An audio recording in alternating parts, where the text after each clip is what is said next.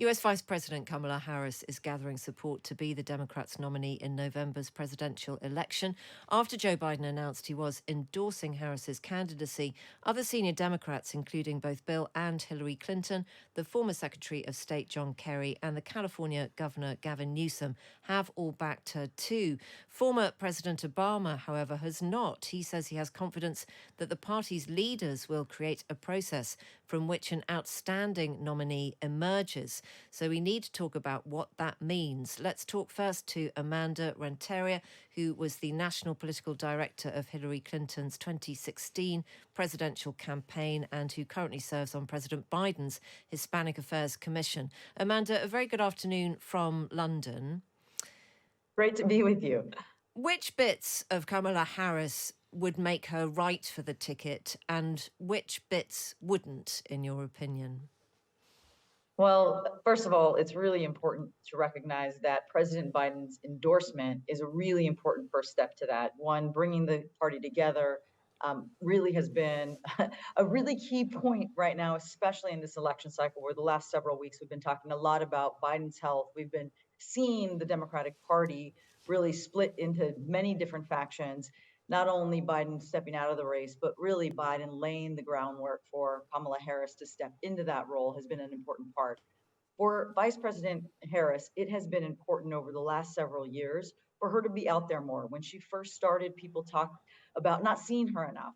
And over the last couple of years, you have now seen her travel to 20 different countries, meet with over 100 leaders, really leaning into women's rights issues, a lot of these issues that have raised from the working class communities, both people of color as well as working women who talk about the need to be at the table. What she represents is a whole new generation of leaders, not only in our country, but also in our party right now. And that has been an important aspect in this election cycle. Folks were not excited about two guys they've known well running again. This is an opportunity to see a new vision for America with new leaders at the forefront. It is definitely the case, though, Amanda, that Kamala Harris's popularity has changed, hasn't it, over the period that she has held the office of vice president. And she is definitely, back at the top of the charts, but there have been moments when she really hasn't been. She's had a very low popularity rating.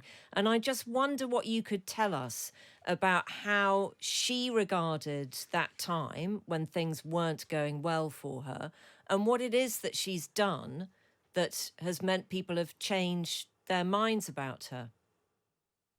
What you've seen in her time as a vice president is at the beginning, it was true. It was a little bit uncomfortable. Folks were trying to figure out what role is she playing? How do her and Biden get together? A little bit natural for a new vice president coming into, that big role. And over the last couple of years, what she has done is she's been much more just out there getting to know people. Not only has she gotten to know, she settled herself as a candidate. One of the things as a campaign advisor that you look for in candidates going forward is how much do they grow in the role? And what many would tell you, and what you see on screen as well, is just a comfort level with her role as vice president. She was a very, very strong partner to President Biden, and that's an important role of a vice president as well. Many people want to see that you understand your role, that you can be the kind of supportive vice president, and at the same time, when it's important to step out on issues, you do. And that's exactly what she did when Roe v. Wade, when women's rights were rolled back. You saw her prosecutorial skills when more and more of the Supreme Court decisions were regressive. She came out and really stepped forward. Is it and fair? So over the last several years, we've really seen that. Okay. Is it fair, Amanda, that she copped quite a bit of criticism about not being able to turn around the statistics, and behind every statistic is a human being, on illegal immigration across the southern border in America? If you stand back, is that a failing of one person? It isn't. I mean, the border issue has been on the forefront for every presidency, since I was born. The important thing here is she was a part of President Biden's process to bringing a bipartisan plan together. And so that's what she's going to talk about. She's going to talk about, yes, being there when it first started to really understand the complexities of what was happening at the border, but she was also there as a bipartisan bill came forward and Trump stopped that. And so that will be an important part of her message. She has to talk about it. She has visited the border and understands those complexities.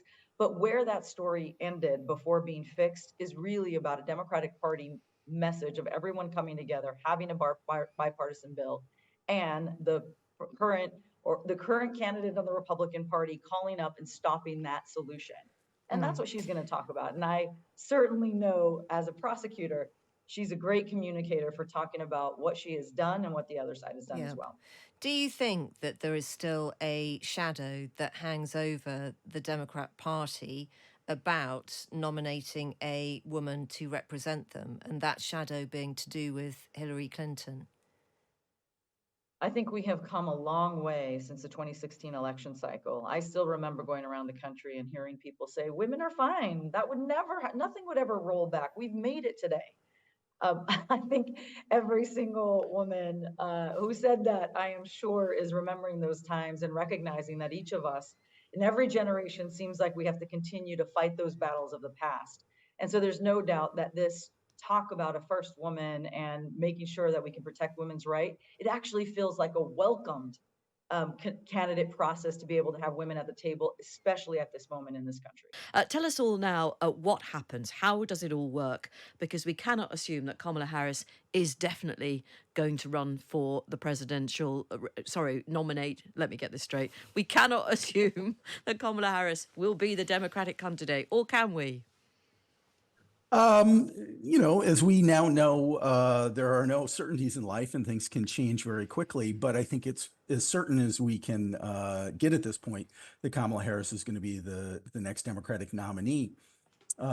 Democrats already have a convention set up, and technically, the party nominees are selected by the convention, not by the primaries. The primaries and caucuses only select delegates to the convention. Each convention has to have a roll call where whoever wins that roll call will be the nominee. And Democrats will hold a convention. There will be a roll call vote. Now that Joe Biden is not a candidate, they're free to vote however they want. But I think given the fact that no one of any substance has stepped forward to challenge Kamala Harris, I think she'll be nominated pretty much by acclamation. But as our previous guest indicated, this won't be easy for her. Yes, in some ways, she's a very effective choice. She represents certain chunks of the American population, and I'm sure she does it brilliantly. But I've already heard, as I'm sure you have, Philip, some incredible misogyny about this woman. I mean, the attention that some, I'm going to say it, older white men seem to be very eager to draw to the way she laughs, for example. I mean, where will it all end? Sadly, it won't end, and it probably won't end anytime soon. And I think what's going to exacerbate things is that Donald Trump is a candidate who is uniquely, in some ways, willing to sort of lean into racist and sexist attacks. And I think that that's going to be, sadly, very, very common in this campaign. I think it's going to be a very sort of ugly, dirty campaign. And in some ways, it'll probably even be uglier and dirtier than it was in 2016. Right. And how can the Democrats try to make sure that they shine in what, as you say, will be rather murky circumstances? Well, I think in many ways, the Harris campaign will be much like the Biden campaign. They'll be running against Donald Trump. They'll be attempting to sort of make the argument that Donald Trump is a uniquely unqualified, uniquely dangerous figure in American politics and should be nowhere near the Oval Office again. And I think also, unlike in 2016, when it was sort of assumed that racist, sexist attacks would be rejected by the electorate, and so Democrats sort of kind of brush them off a little bit. I think this time Democrats will probably be more willing to sort of engage with the other party about that and call them out for these sorts of things, and not assume that they're going to be automatically rejected, that these things have to be sort of Right. grappled with And and addressed. the Republicans who say, look, this is, you've broken your own rules here. This isn't how it should work. Do they have a case? No, the candidates aren't ever forced to run. Joe Biden decided not to run. There's no sort of legally binding requirement that if he runs in the primaries and the caucuses and wins the nomination, that he has to run. Like I said, the ultimate decider as to who the nominee will be is the Democratic convention, just like the Republican convention ultimately did a roll call vote and decided that it would be Donald Trump.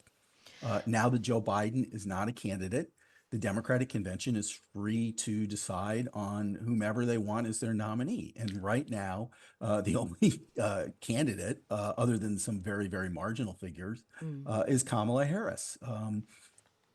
Maybe we get a different outcome if some other high profile Democrats were to try and step up to try and make the argument that they would be a better candidate. But that's not happening. Would it help Kamala Harris's case if Joe Biden stepped down as president and she then became the president in his absence for the 6 or 7 months leading up to the beginning of next year?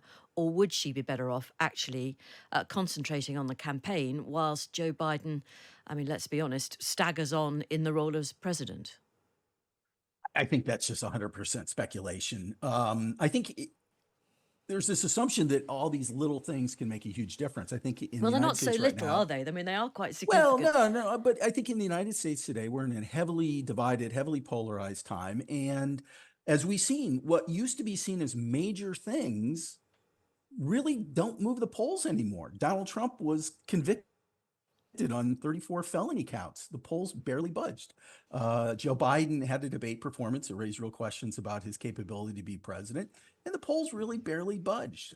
So I think there's very little that can sort of make a huge difference here. And whether it helps or hurts Kamala Harris in terms of the election in November, I think it's a lot of speculation over what would ultimately, I think, just be any marginal improvement or decline in her polling numbers. Just